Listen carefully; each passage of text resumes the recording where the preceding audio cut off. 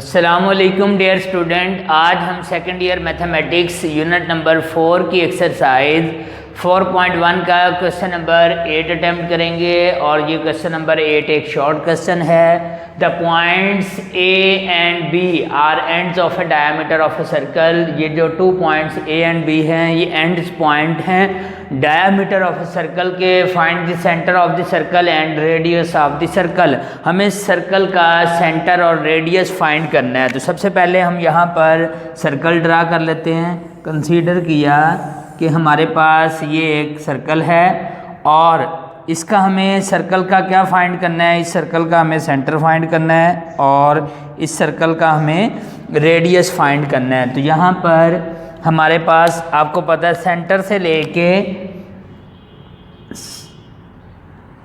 से लेके बाउंड्री तक किसी पॉइंट का डिस्टेंस ये होता है रेडियस ऑफ द सर्कल। और यहाँ पर पॉइंट के कोऑर्डिनेट ए पॉइंट गिवन है, बी पॉइंट गिवन है, ये क्या है and point of the diameter of circle. Diameter क्या है, ऐसा कॉर्ड जो सेंटर ऑफ द सर्कल से पास हो उसे हम बोलते हैं डायमीटर ऑफ द सर्कल। तो ए के कोऑर्डिनेट है -5, -2 एंड बी के कोऑर्डिनेट है हमारे पास 5, -4।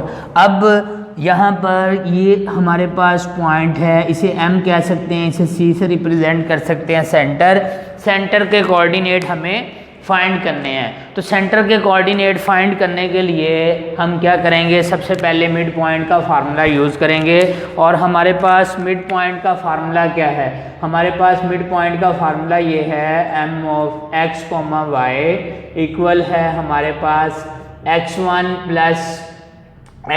Plus x2 divide by 2, y1 plus y2 divide by 2। ये हमारे पास मिड पॉइंट का फार्मूला है। अब हम क्या करेंगे, यहाँ पर ये a के कोऑर्डिनेट कंसीडर हो रहे हैं x1 y1 और b के कोऑर्डिनेट कंसीडर हो रहे हैं x2 y2। तो यहाँ पर हम वैल्यू पुट कर लेते हैं और यहाँ पर राइट कर लेते हैं। लेट किया, हमारे पास a है x1 y1 और ये है हमारे पास -5, -2 एंड b है हमारे पास x2 y2 और b के कोऑर्डिनेट क्या है 5, -4। अब क्या करेंगे, यहाँ पे वैल्यू पुट करेंगे। तो इसका मतलब है हमारे पास x1 की वैल्यू क्या है, यहाँ से देखकर हम x1 की वैल्यू पुट करते हैं -5 प्लस x2 की वैल्यू क्या है, x2 की वैल्यू है 5 डिवाइड बाय 2। y1 की वैल्यू क्या है, y1 की वैल्यू है -2 प्लस y2 की वैल्यू क्या है हमारे पास -4 डिवाइड बाय 2। तो डेफिनेटली नेक्स्ट स्टेप में हमारे पास ये जो मिड पॉइंट है ये आ चुका है। और ये बेसिकली मिड पॉइंट क्या है, ये है centre of the circle. -2, -4, -6 divide by 2। तो हमारे पास सेंटर बना 0, -3। इसका मतलब है सेंटर के कोऑर्डिनेट हम फाइंड कर चुके हैं 0, -3। अब हमें क्या करना है, हमें रेडियस फाइंड करना है। तो रेडियस हम एक ऑप्शन में तो AC का डिस्टेंस फाइंड कर लेंगे। AC का डिस्टेंस क्या होगा, रेडियस ऑफ द सर्कल, क्योंकि सर्कल के सेंटर ऑफ द सर्कल से बाउंड्री तक का डिस्टेंस क्या होता है, radius of the circle. Second option है हम B से C तक का डिस्टेंस फाइंड कर लेते हैं। B से C तक का डिस्टेंस ये भी क्या है, रेडियस ऑफ द सर्कल है। और थर्ड ऑप्शन है कि हम AB का डिस्टेंस फाइंड आउट कर लेते हैं। और AB का डिस्टेंस क्या है, डायमीटर ऑफ द सर्कल। और जब हम डायमीटर को 2 पे डिवाइड करेंगे तो हमें मिल जाएगा रेडियस ऑफ द सर्कल। तो हम कह सकते हैं centre of the circle, centre of circle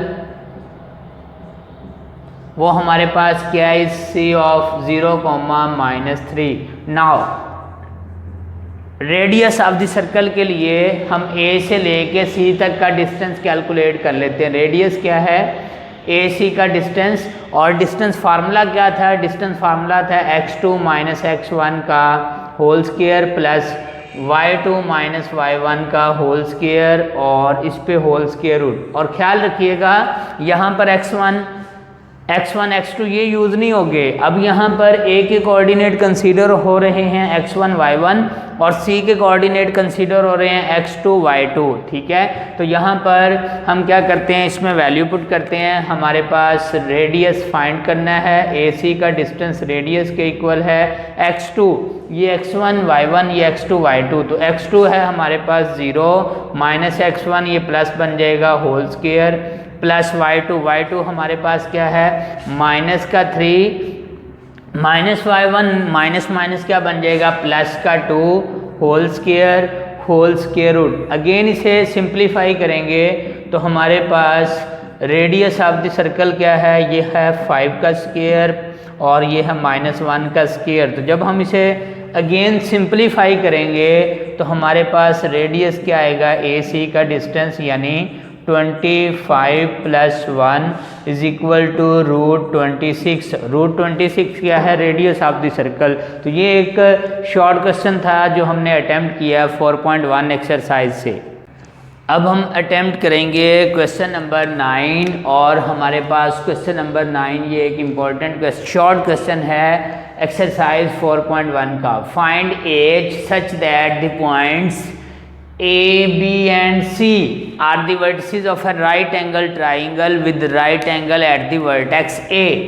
यानी हमें एज की वैल्यू फाइंड करनी है और हमारे पास एक राइट एंगल ट्राइंगल है जिसका वर्टेक्स A पे एंगल जो बन रहा है वो राइट एंगल है। तो यहाँ पर हम एक सबसे पहले राइट एंगल ट्राइंगल ड्रा करते हैं और इस राइट एंगल ट्राइंगल का राइट एंगल किस पे है, वर्टेक्स A पे। तो यहाँ पर हमारे पास वर्टेक्स A है विद कोऑर्डिनेट है H, 1 और अब रिमेनिंग को किसी को भी BC कह सकते हैं। ये हमारे पास B है विद कोऑर्डिनेट है 2, 7 और ये थर्ड वर्टेक्स है C विद कोऑर्डिनेट है -6, -2। अब डेफिनेटली हम इस पे अप्लाई करना चाहते हैं बाय पाइथागोरस थ्योरम। तो हमें पता है कि पाइथागोरस थ्योरम क्या है, बाय पाइथागोरस थ्योरम। और हमारे पास पाइथागोरस थ्योरम क्या है, हाइपोटेन्यूज स्क्वायर जो कि इस वक्त BC का स्क्वायर है is equal to base square जो कि इस वक्त AB का स्क्वायर है प्लस परपेंडिकुलर स्क्वायर जो कि इस वक्त AC का होल स्क्वायर है। अब हम क्या करेंगे, बेसिकली सबसे पहले हम साइड AB का डिस्टेंस फाइंड करेंगे, BC का डिस्टेंस फाइंड करेंगे, AC का डिस्टेंस फाइंड करेंगे, देन यहाँ पे हम पुट करेंगे। और हमारे पास डिस्टेंस फार्मूला क्या है, डिस्टेंस फार्मूला ये है कि अगर हमारे पास PQ पॉइंट हैं तो डिस्टेंस फार्मूला x2 - x1 का whole square plus y2 - y1 का होल स्क्वायर और इस पे क्या आएगा, इस पे अगेन होल स्क्वायर रूट आएगा। ये फार्मूला यूज़ होगा क्वेश्चन को सॉल्व करते हुए। तो सबसे पहले हम क्या करेंगे, डिस्टेंस फाइंड करेंगे, डिस्टेंस AC का BC का, चलें डिस्टेंस फाइंड कर लेते हैं। हमारे पास BC का डिस्टेंस क्या है और आप नोटिस करें इस फार्मूले में अगर मैं स्क्वेयरिंग ऑन बोथ साइड करूंगा, जब यहाँ पे स्क्वेयर आएगा तो राइट साइड पे स्क्वेयर रूट नहीं आएगा। तो BC के डिस्टेंस का स्क्वेयर क्या होगा, BC का डिस्टेंस हमारे पास जब BC की बात कर रहे हैं तो ये बन चुका है x1 y1 और ये पॉइंट बन चुका है x2 y2। तो फार्मूला क्या है, x2 माइनस x1 का होल स्क्वायर प्लस फार्मूले का y2 माइनस y1 का होल स्क्वायर। अब डियर स्टूडेंट इस पे स्क्वायर रूट राइट नहीं करेंगे क्योंकि हमने स्क्वेयरिंग कर दी है on both side. Again simplify करेंगे, BC का डिस्टेंस जो है ये -8 यहाँ पर होल स्क्वायर और ये माइनस का 14 यहाँ पर होल स्क्वायर। अगेन सिंप्लीफाई किया, BC का स्क्वायर ये हमारे पास क्या बनेगा 64 + 196। इसको हम ऐड करेंगे तो ये बनेगा 0 1 कैरी 5 6 और यहाँ पे हमारे पास क्या बनेगा 1। तो इसको जब हम इसको ऐड करेंगे यहाँ पे क्या वैल्यू हमारे पास ऐड किया 6 4 10 10 से 0 1 कैरी 9 और 15 15 और 1 16 16 का 6 1 कैरी ये बना 260। अब फाइंड करेंगे क्या, अब फाइंड करेंगे ए बी का डिस्टेंस।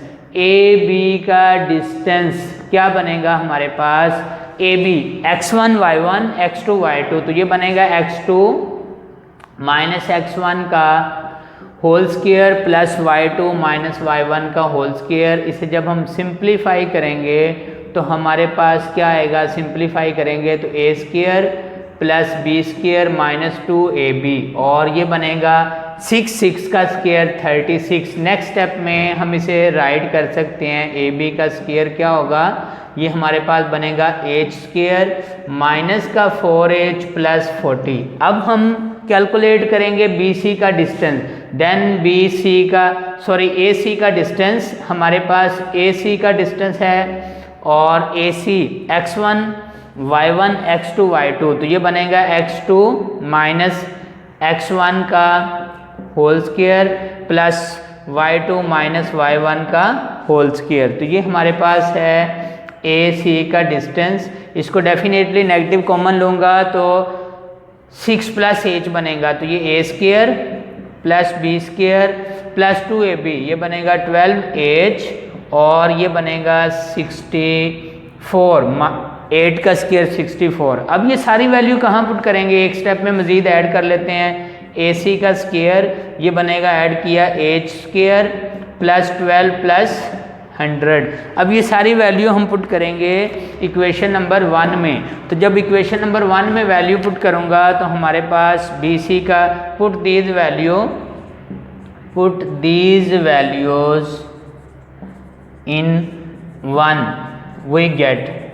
तो जब हम 1 में वैल्यू पुट करेंगे तो हमारे पास BC डिस्टेंस का स्क्वायर वो हमारे पास क्या है, वो हमारे पास है 260 इज इक्वल है हमारे पास AB का डिस्टेंस क्या है, h स्क्वायर माइनस का 4h प्लस का 40 प्लस करेंगे h स्क्वायर प्लस का 12h प्लस का 100। अगेन सिंप्लीफाई करेंगे 260, h वाली टर्म को ऐड करेंगे 2h स्क्वायर, उसके बाद इसको लेस करेंगे तो ये क्या बनेगा, प्लस का हमारे पास बनेगा 8h, और कांस्टेंट टर्म को ऐड करेंगे तो ये हमारे पास 140।